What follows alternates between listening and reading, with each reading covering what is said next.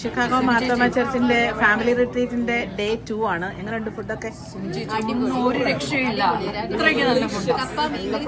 കപ്പ, മീൻകറി, ചോറ്, അവിയല്, തോരൻ, സാമ്പാർ, പപ്പടം, അച്ചാർ, പിന്നെ സേമിയ അടിപൊളി. പിന്നെ കുട്ടികൾക്ക് സ്പെഷ്യൽ ഫുഡ്. സൂപ്പർ. ക്രീമി പോലത്തെ കപ്പ ആൻഡ് അതുപോലത്തെ മീൻകറി. Oh my God, it's too much. കഴിക്കുന്ന പോലെ